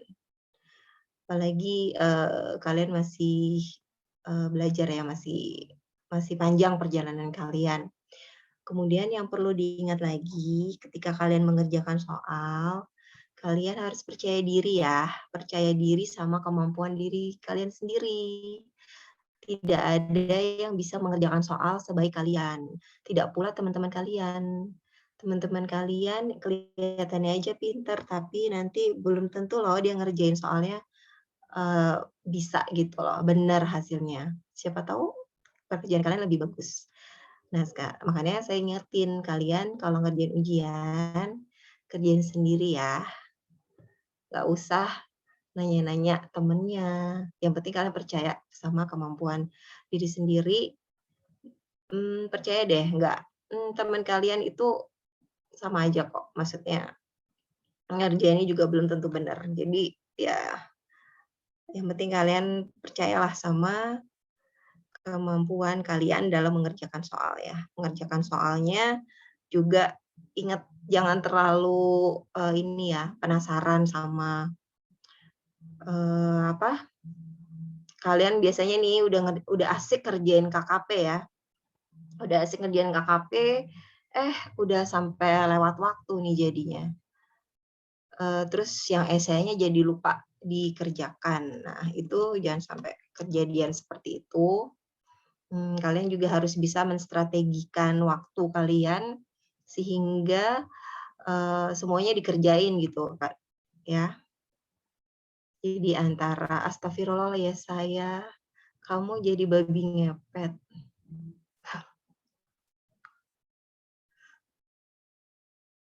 Iya, jadi apa sih itu nama itu babi itu Sun Gokong ya? Iya nggak sih Sun Gokong ya? Patkai, Bu. Patkai ya, iya. Kalau Sun Gokong itu kan monyetnya ya. Iya benar Patkai benar-benar. Ya intinya itulah ya. Pokoknya kalian kerjain sendiri. Percaya sama kemauan kalian sendiri. Lagian kalian kalau nanya-nanya ke teman juga nggak sempat kali ya kerjainnya. Fokus aja kerjainnya, tulisan yang bagus, terus jangan ada yang kosong, isi aja semampu kalian. Oke, saya juga mohon maaf nih kalau selama perkuliahan ada banyak salah, saya mohon maaf, itu tidak disengaja.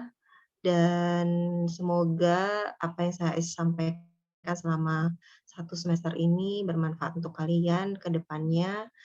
Dan semoga nanti kita bisa bertemu lagi di DJP ya. Kalian insya Allah kalau penempatannya di DJP semua bisa ketemu sama saya. Saya juga sering ketemu sama mantan-mantan murid saya yang bisa jadi anak buah, bisa jadi partner kerja nanti di satu direktorat atau satu kantor gitu ya. Jangan segan untuk menyapa, jangan sungkan juga, sapa aja. nggak usah takut, oh nanti nggak kenal gitu, nggak apa-apa, sapa aja. Insya Allah saya masih ingat kok. Ya, kalau ada apa-apa, ya yang penting berdoa lah ya, berdoa, terus doa restu orang tua juga penting. Buat yang muslim, rajin-rajin tahajud, puasa, ya. Terus kalau buat yang non muslim, bisa doa rosario atau apa gitu ya, untuk menambah kalian ketenangan dalam mengerjakan ujian. Gitu. Terus ya tadi template KKP-nya jangan lupa. Template kosongnya katanya sih kurang lebih 20 lembar ya, saya juga kurang lebih segitu. Kalian siapkan aja. Apalagi ya? Ya sudah ya, kalian ya pokoknya mohon maaf lahir batin kalau selama ini ternyata yang saya sampaikan kurang sesuai dengan ekspektasi kalian.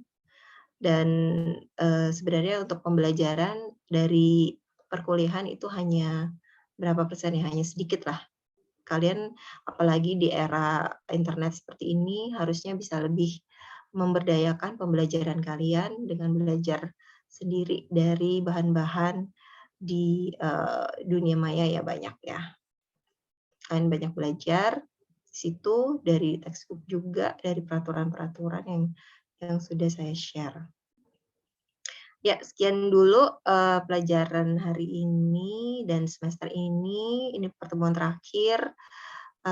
Ya sedih juga ya nggak bisa ketemu lagi sama kalian.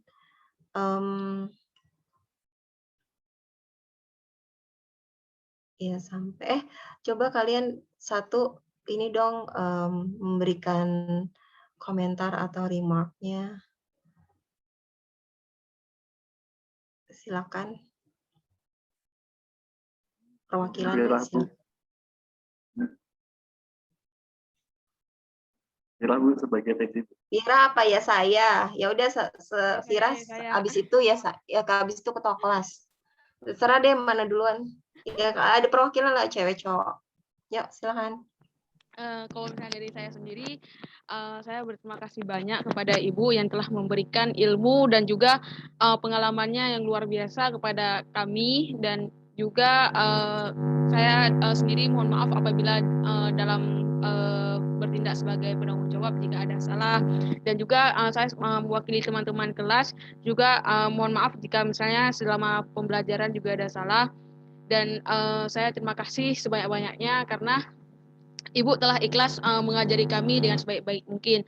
Semoga apa yang telah Ibu ajarkan yang tidak dapat kami balas di dunia ini, nanti semoga Allah yang akan membalasnya. Terima kasih banyak Ibu. Amin. Perwakilan cowok-cowok nih, ya saya. Mungkin kalau terima kasih sudah disampaikan Vira ya Bu. Kalau dari saya mungkin kesan-kesan selama belajar dengan demikian, Ibu tuh sangat sangat sabar gitu ngajarin kita. Terus kalau mengenai kesan-kesan, mungkin Ibu salah satu dosen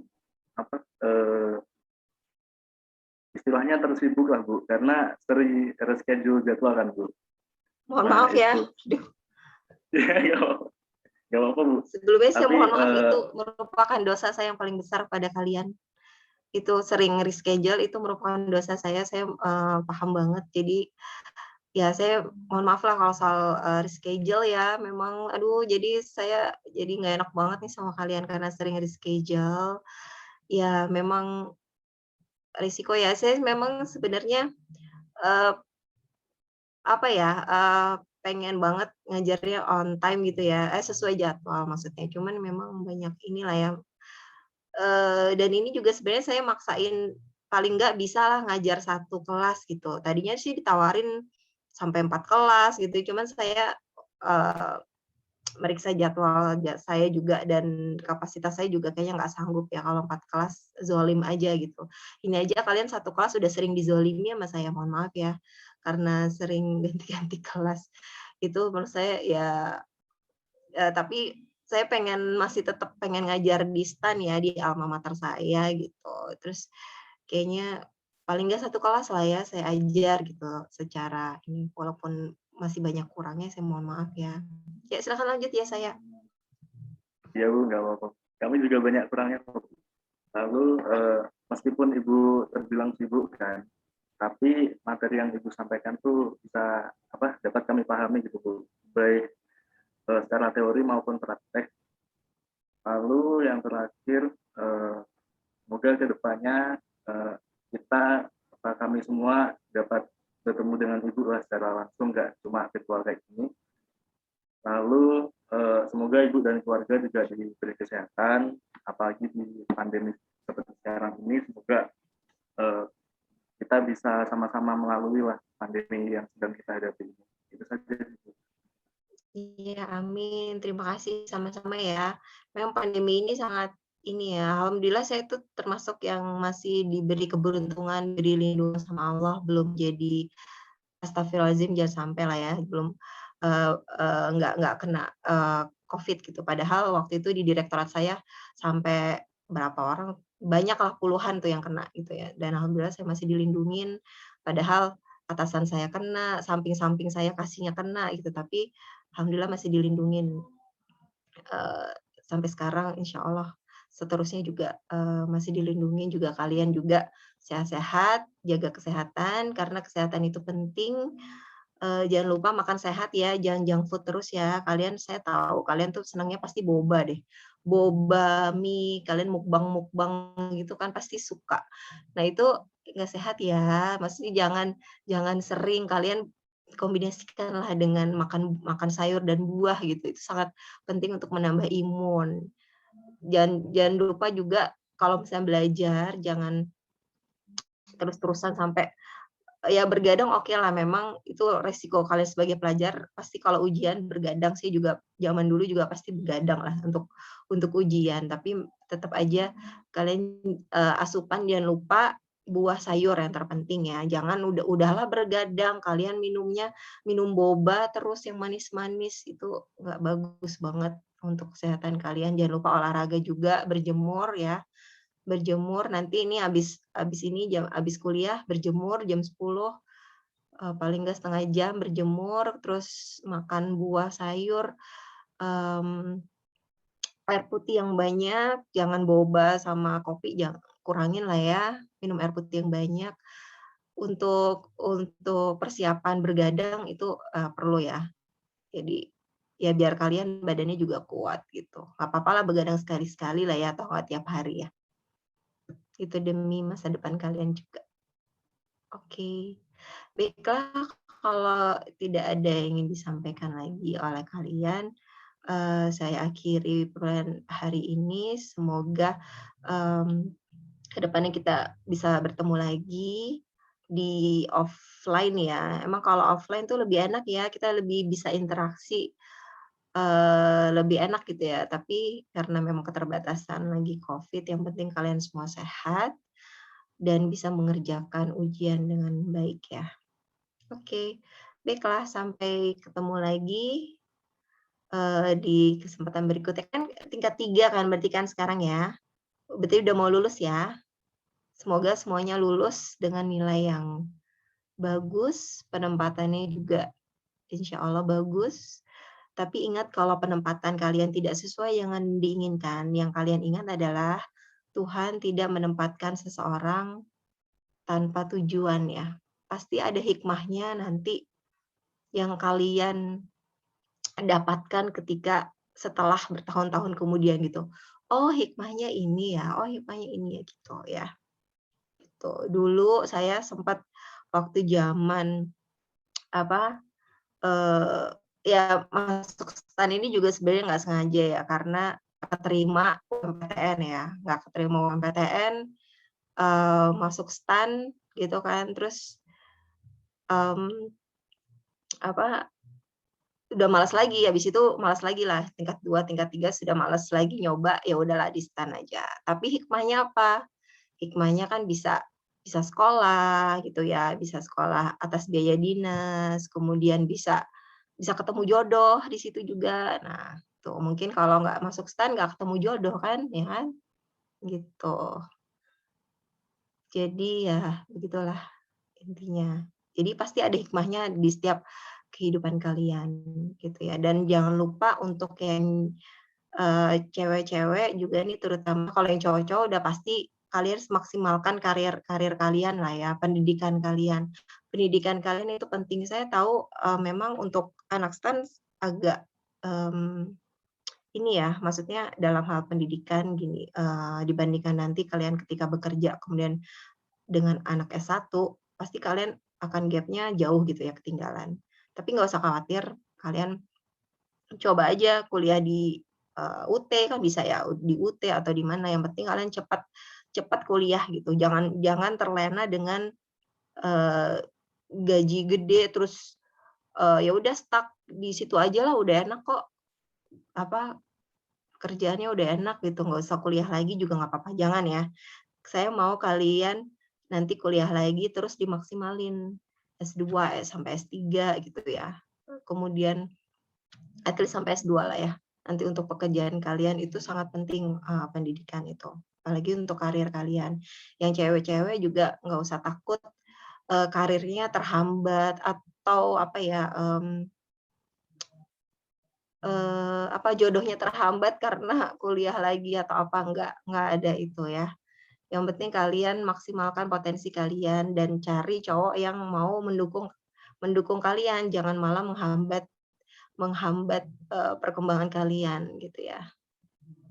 Oke, yang penting tetap semangat dan semoga kalian semakin sukses ke depannya, lebih sukses dari saya dan ketemu lagi di masa depan. Dan ingat ya, kalian dari STAN ini membawa nama baik alma mater dan dan saya rasakan sendiri ya di pekerjaan itu kualitasnya anak STAN dibanding anak S1 pun, S1 ya, anak S1, penerimaan anak S1 itu masih bagus anak STAN ya kalau menurut saya, terutama karena anak STAN kan udah lebih dapat tentang akuntansinya, udah dapat tentang peraturan perpajakannya udah dapat, jadi mereka lebih sergap lah, lebih cepat dalam bekerja dan lebih dapat diandalkan menurut saya dibanding anak-anak S1.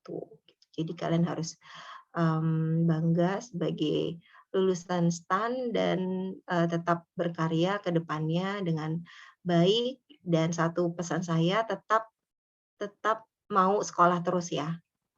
Janji ya, semuanya harus mau sekolah terus. Jangan cuman puas dengan D3. Oke, harus sampai S1, S2 gitu ya. Kalau perlu beasiswa. Apalagi sekarang beasiswa semuanya banyak gitu, dari LPDP, dari negara-negara lain itu banyak banget. Kalian tinggal pilih, banyak dalam negeri, luar negeri juga banyak tawaran. Yang penting adalah kemauan kalian untuk terus belajar dan terus memperbaiki diri sebaik-baiknya ya. Oke, baiklah. Sampai ketemu lagi. Mohon maaf lahir batin dan assalamualaikum warahmatullahi wabarakatuh. Selamat siang semuanya dan semoga sehat-sehat selalu ya. Terima kasih banyak. Terima kasih banyak Bu. Terima kasih Bu. Terima kasih banyak. Terima kasih Bu.